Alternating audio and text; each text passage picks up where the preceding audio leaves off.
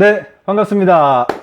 초등 사이다입니다. 오늘은 초등학교 6학년 아이들에 대한 이야기를 해 보겠습니다.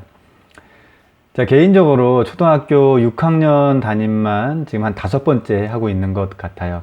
이제 올해가 지나면 이제 5개의 졸업 앨범이 쌓여 가겠죠.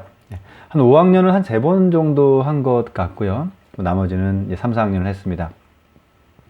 보통은 이제 6학년 담임하는 걸 이제 힘들어하는 경우가 많은데, 저는 개인적으로는 이제 담임 배정 관련 신청을 할 때 거의 5, 6학년을, 특히 이제 6학년을 1순위로 신청을 해 왔습니다.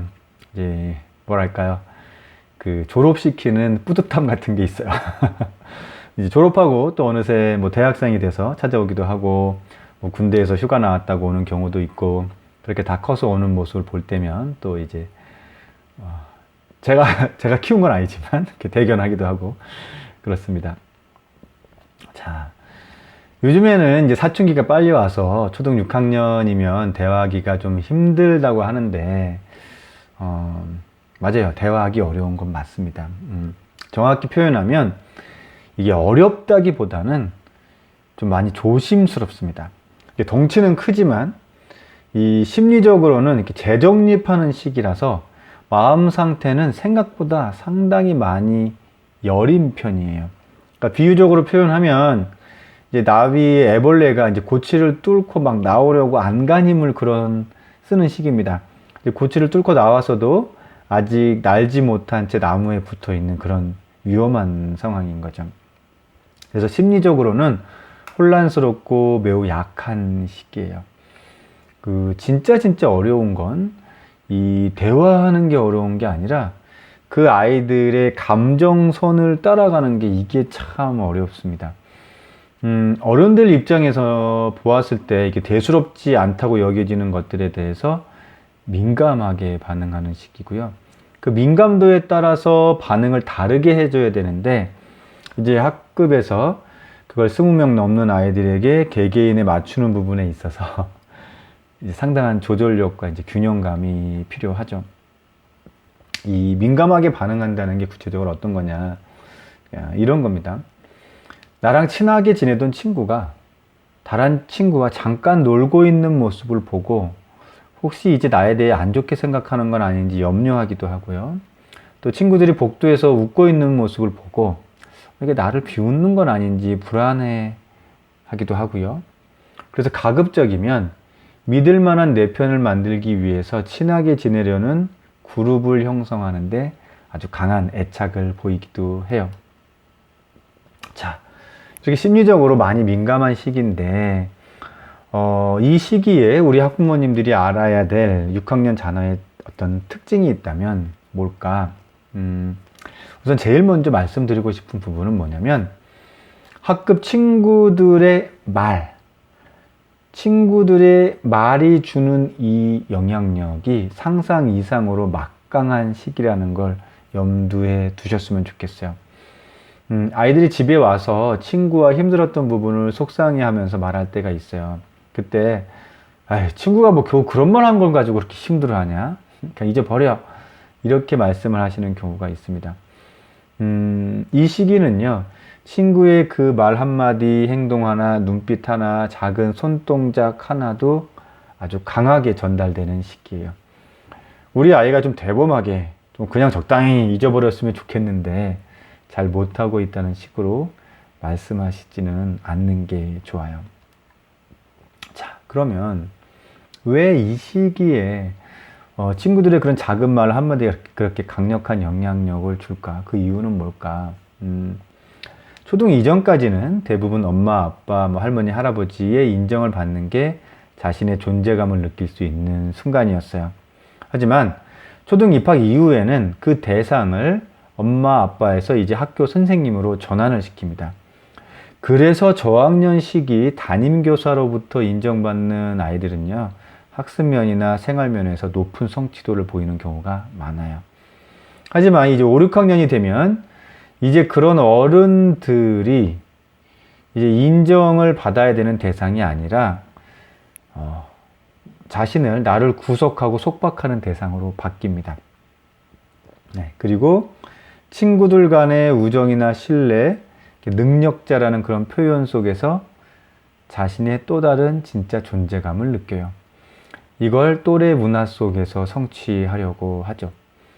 어른들로부터의 인정에서 이제 또래로부터의 인정으로 넘어가는 그런 과도기인 셈인 거죠. 자, 그럼 이 시기에 또래로부터 인정받는 것이 아이들의 자존감에 큰 영향을 주겠죠. 예. 친구들에게 인정받고 신뢰받는다는 그 느낌은 자존감에 높은 영향력을 줘요. 그런데 문제는 아직 미성숙한 아이들입니다. 나에 대해서 좋은 이야기를 하는 친구도 있지만 좋지 않은 이야기를 하는 아이들도 반드시 있기 마련이에요. 즉 모든 친구들이 다 내 편이 될 수는 없습니다. 뭐 처음에는 절친이고 베스트 프렌드였던 친구가 뭐 나중에는 또 뒤에서 안 좋은 이야기를 했다는 사실을 알게 되죠. 그러면 그때의 배신감은 이제 상상을 초월할 정도로 아픔을 가지고 와요. 왜냐면 그 친구의 시선을 통해서 나의 존재감이 있었는데 이제 존재감이 사라지게 되는 거죠. 이런 상황에서 보호자는 어떻게 해주어야 하는가? 이때 부모님의 역할이 중요한데요. 일단 아이가 스스로 그 상황에 대해 생각할 시간은 충분히 주셔야 돼요. 간혹 그렇게 된 이유를 결국 내가 그 친구에게 무언가 잘못했기 때문이라고 귀결짓는 아이들이 있어요. 그럴 때는 스스로 자책하지 않도록 알려주실 필요는 있어요. 근데 그렇게 귀결짓는 이유는요, 어떻게 해서든지 그 친구와 다시 친하게 지내고 싶다는 욕망이나 불안 때문인데요. 그 상황에서 중요한 건 다시 친하게 지내는 방법을 찾는 게 아니에요. 다시 친하게 지내지 않아도 됩니다. 중요한 건 친구와 소원한 상태로 있더라도 그 상황이 나의 존재 가치를 떨어뜨리는 것이 아니라는 걸 알게 해주는데 더 신경을 써 주셔야 돼요. 친구랑은 얼마든지 헤어져도 됩니다. 자, 그게 더 오히려 건강한 자아를 갖게 하고요.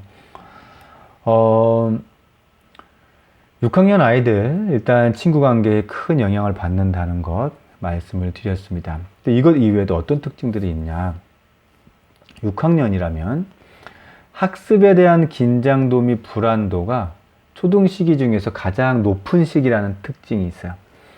부모님 보시기에 우리 애는 정말 공부를 하나도 하지 않아 이렇게 막 논다고 느끼는 아이라도 이 시기만큼은 학습에 대한 염려를 많이 합니다. 표현만 그렇지 않은 척하고 있을 뿐이에요. 공부를 열심히 잘하던 아이도 이제 중학교 올라가서 계속 잘할 수 있을지 불안해하고요. 또 그간 잘 못해오던 아이는 또 역시 그간의 학업 성취도가 낮았던 경험들 때문에 불안해합니다. 초등 시기 통틀어서 학습 불안도가 가장 높은 시기가 바로 6학년이에요. 자, 그러면 이제 학부모 입장에서도 초등 6학년이면 이제 학습에 신경을 안 쓸 수가 없을 텐데 또 이때 하필이면 또 아이가 학습 스트레스가 가장 많은 시기다. 이럴 때 부모는 어떻게 다가가야 될까?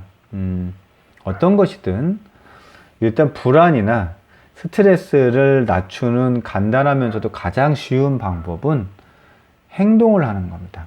바꿔 표현하면 실천하는 거예요. 특히 아이들에게는 효과가 좋습니다. 학습에 대한 건 사실 복잡하지가 않아요. 매일 일정한 공부량을 꾸준히 하는 것만으로도 학습 관련 불안도를 낮출 수 있어요. 그리고 매일 꾸준히 학습 관련 실천을 할 때 격려의 말도 잊지 않고 해주시는 것이 좋아요. 아이 나름대로 뭔가를 하고 있는데 겨우 그 정도 해가지고는 안 돼. 이렇게 말씀하시면 아이가 공부하면서도 불안도가 높아집니다. 일단 실천하는 기회를 함께 마련해 주시고 그 실천하는 과정 중에 긍정적 피드백이 학습 스트레스나 염려를 낮춰줘요. 자, 지금까지 초등 6학년 아이들 두 가지 특징, 민감도가 높다, 친구 관계의 영향력이 크다, 그리고 학업 스트레스가 높은 시기다 이렇게 말씀을 드렸고요. 또 다른 특징이 있다면 이런 겁니다. 이 시기의 아이들은요, 그러니까 들리는 이야기에 대해서 확대 해석해서 받아들이려는 모습을 보여요. 보통 저학년 아이들은 자기 중심적 사고를 하죠. 그래서 사고의 폭이 좁아요. 그런데 중학년에 올라가면서 논리적인 사고를 배우고 익히게 돼요. 이 논리적인 사고를 통해서 나름 관계성과 객관성을 확보할 수 있게 돼요. 하지만 이게 고학년이 되면 이 논리적 사고를 바탕으로 또 뭐까지 가능하냐면 추리가 가능해집니다. 이 추리라고 하는 게 근거가 있을 때는 합리적인 의심이 되지만 그렇지 않을 때는 소문에 대해서 확대 해석하고 과장된 연관을 짓게 해요. 특히 자신에 대한 어떤 이야기가 떠돌 때 이 상황에 대한 객관적인 판단이 불가능한 상태까지의 어떤 추리로 몰아갈 때도 있어요. 자, 그럼 그럴 때 부모가 어떻게 해줘야 되는가? 일단 무언가를 해석하려고 하는 것 그 자체는 칭찬을 해 주실 필요가 있어요. 야, 그렇게 해석하고 판단하면 안 돼. 그건 잘못된 거야. 이렇게 바로 강하게 말씀하시면 어떤 사안에 대한 추리 과정 자체를 멈추게 돼요. 추리 과정 자체는 이제 논리와 추리를 넘어서 추상적 사고를 하기 위한 전조 과정으로 아주 꼭 필요합니다. 어떤 상황에 나름대로 해석하고 추리하려고 했다는 것 자체는 꼭 인정해 주시는 말씀을 해 주시고요. 확대 해석한 부분에 대해서만 구체적으로 그건 이래서 그렇지 않은 거야 라고 내용을 말씀해 주시면 돼요. 그리고 그 과정까지 추리해낸 과정은 칭찬을 꼭 해 주시고요. 자, 오늘 초등 6학년 아이들에 대한 그 특징들 몇 가지 이렇게 항목별로 이야기를 나눠 봤는데요. 다시금 마무리하자면 이렇습니다. 초등 6학년의 심리 상태는요, 생각보다 많이 연약합니다. 그리고 혼란스럽습니다. 특히 어린이로서 이제 누리던 혜택들이 많이 줄어드는 그런 경험을 하는 시기예요. 덩치가 컸다는 이유로 혜택들은 줄어드는데 책임은 늘어나는 부담이 있죠. 컸으니까 그 정도는 알아서 하겠지, 알아서 견디겠지, 알아서 괜찮겠지 하시기보다는 한 번 더 봐주시고요. 한 번 더 물어봐 주시고 사소한 듯 보이는 것들도 관심을 가져주시기를 바랍니다. 네, 초등사이다는 우리 초등학부모님들과 함께 뚜벅뚜벅 걸어갑니다. 감사합니다.